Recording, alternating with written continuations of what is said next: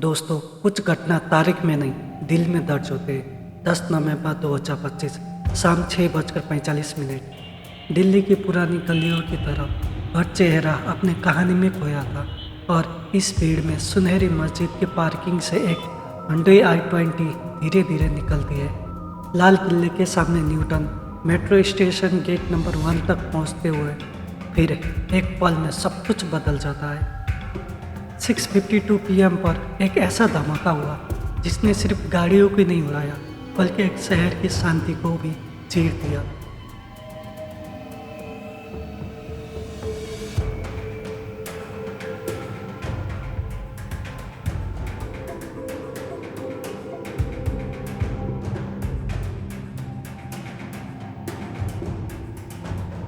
लपटे सड़क पर फैल गए। 150 मीटर दूर तक शीशे टूट गए, पेड़ भी झटके से हिल गए और लोगों की चीख रात में गूंजने लगी। ये कोई हादसा नहीं, ये एक संदेश था डर का। पर दोस्तों, संकट हमेशा इंसानियत की असली तस्वीर सामने लाती है।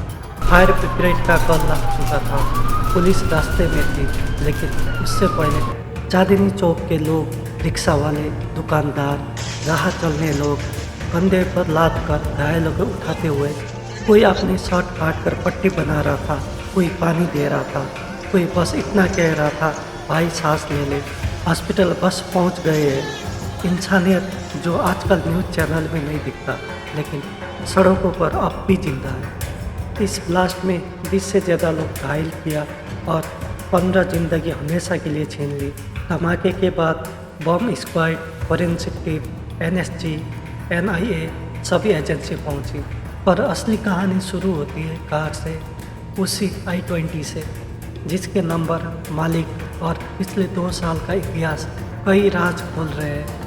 कार हाथ बदलती गई, गुरुग्राम से दिल्ली, दिल्ली से अंबाला, अंबाला से कश्मीर और फिर वापस दिल्ली, जैसे किसी ने अपनी पहचान मिटाने के लिए बहुत कोशिश की हो।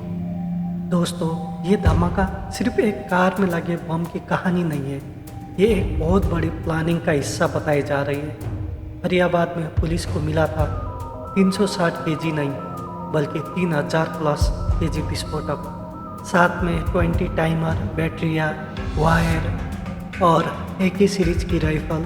3000 किलो विस्फोटक शहर में घुस गए और किसी को पता ही नहीं चला। ये सवाल नहीं, इशारा है कि हमारे सुरक्षा में एक बहुत बड़ा छेद है। जांच में सामने आया ये पूरा नेटवर्क कश्मीर से लेकर यूपी और हरियाणा तक फैला हुआ है। कुछ डॉक्टर जो लोगों की जान बचाने के लिए कसम खाते हैं, उन्हीं पर आरोप है कि जैसे मोहम्मद और AGF जैसे संगठन से जुड़े हुए हैं। और इनमें से एक नाम अमर नबी, जिसके बारे में कहा जाता है कि वह इस i20 को ब्लास्ट के रात चला रहा था। DNA मैच के लिए उसकी मां का सैंपल दिया गया है, यानी जांच इस दिशा में तेजी से बढ़ रही है। पाकिस्तान जो हर बार हर हमले से अपना हाथ झाड़ लेता है, इस बार खुद अपने नेताओं की जुबानी फिसल गई। चौधरी अनवर अल हक, POK के पूर्व प्रधानमंत्री, POK असेंबली में खड़े होकर कहते हैं, लाल किले से लेकर कश्मीर के जंगल तक हमने हमले करवाए हैं।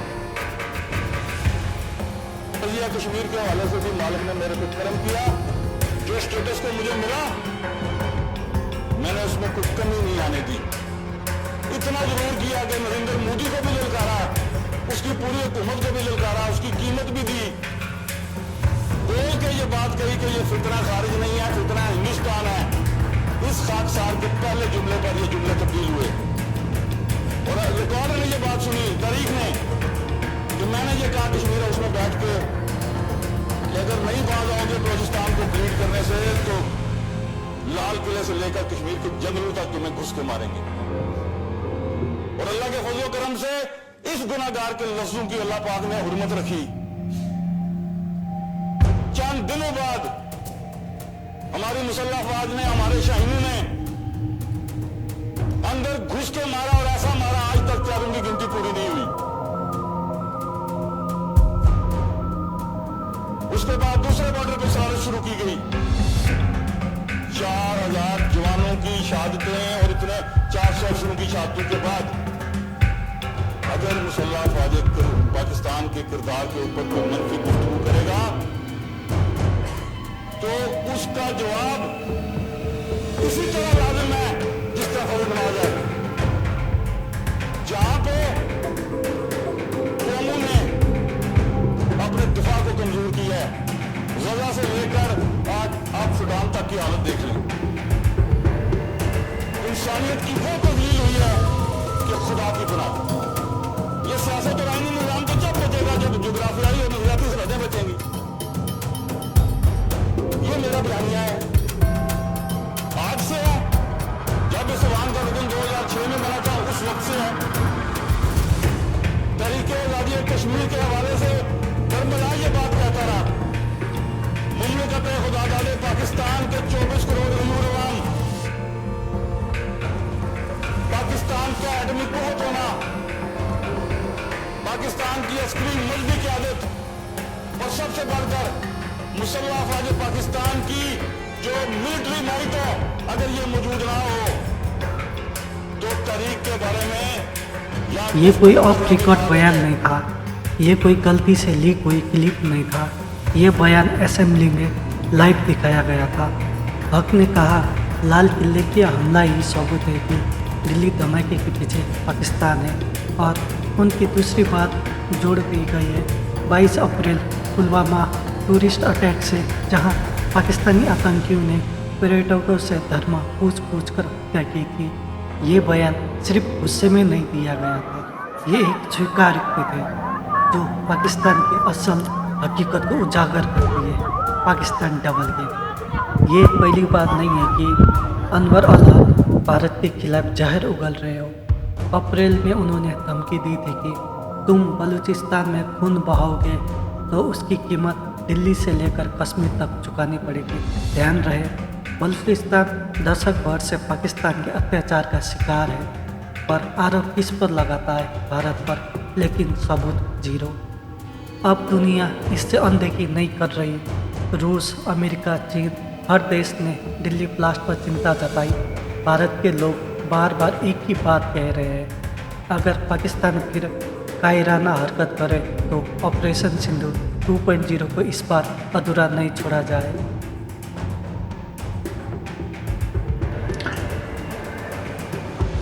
One of the very misunderstood concept is concept of what has been labeled as suicide bombing. It is multiple operations.